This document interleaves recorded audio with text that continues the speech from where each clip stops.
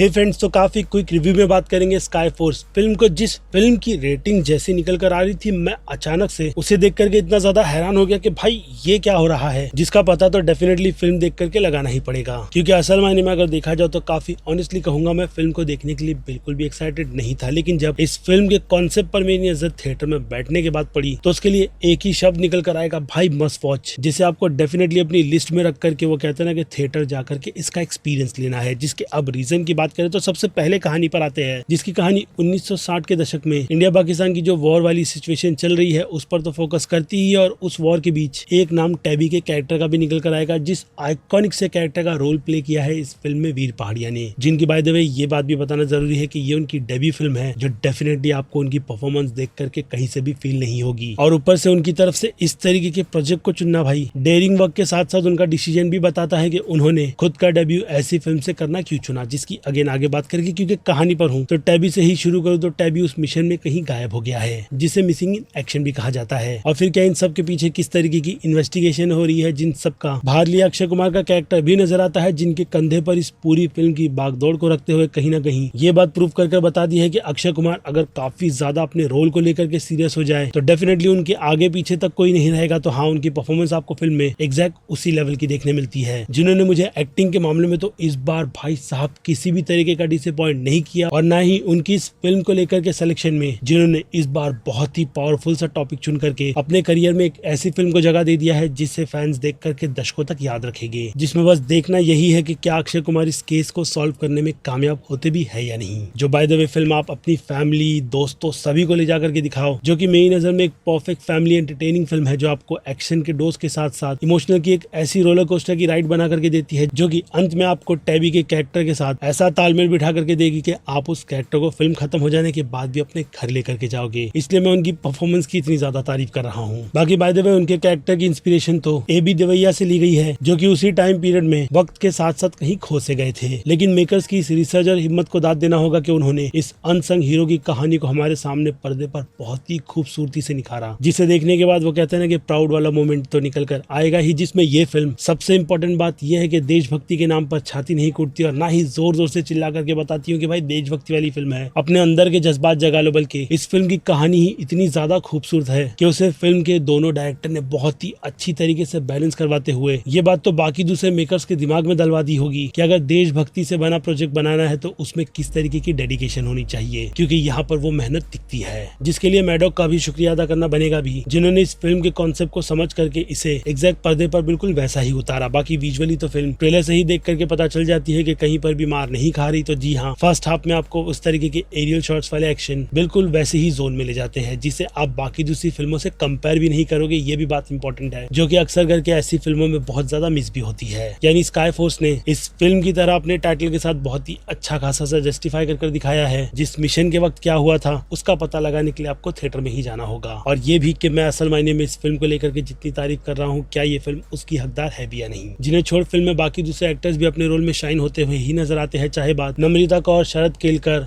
और यहाँ तक कि सारा अली खान की क्यों ना हो। लेकिन फिर भी कहूंगा वीर पहाड़िया का कैरेक्टर आपको बहुत ही ज्यादा हार्ड हिटिंग लगने वाला है। बाकी फिल्म के प्रोडक्शन के हिसाब से तो वीएफएक्स की बात मैंने कर ही ली है। जिसमें अब डायरेक्शन की भी बात की जाए तो भाई वो भी अच्छे हैं, जो कि डेफिनेटली इस फिल्म को इस डिपार्टमेंट में भी किसी भी तरीके से हल्का नहीं होने देते। इसके अलावा फिल्म के अच्छे से डायलॉग के साथ साथ फोटो, कलर करेक्शन और सिनेमेटोग्राफी भी फिल्म की काफी ज्यादा अच्छी है, क्योंकि ऑब्वियसली कॉन्सेप्ट ही इतना ज्यादा खूबसूरत था कि उसने अंत भला सब भला वाली सिचुएशन में ऑडियंस को रुला दिया। जिसके बाद अब इस फिल्म को रेटिंग वाइज बांटा जाए तो भाई मास ऑडियंस की नजर में ये एक ही कैटेगरी की फिल्म है, तो वहीं क्रिटिक्स का भी योगदान इस फिल्म को एक ही कैटेगरी का ही रहा है, जिनसे अपनी भी सहमति बनाते हुए मैं इस फिल्म को इसी एक ही कैटेगरी में रखकर यही फिर से कहूंगा कि एक अच्छा कॉन्सेप्ट थिएटर में रिलीज हुआ है, मिस तो बिल्कुल भी मत करना। बाकी अब देखना ना देखना आप पर डिपेंड करता है। मेरा personal opinion sky force film से रिलेटेड मैंने आपको दे दिया है, जिस पर आप अपनी राय मुझे कमेंट में लिखकर बताइएगा। बाकी फिर क्या, मैं हूँ Aziz, movie stock show channel like share subscribe भूलना मत। मिलूंगा जल्दी दूसरी किसी वीडियो में। Till then bye.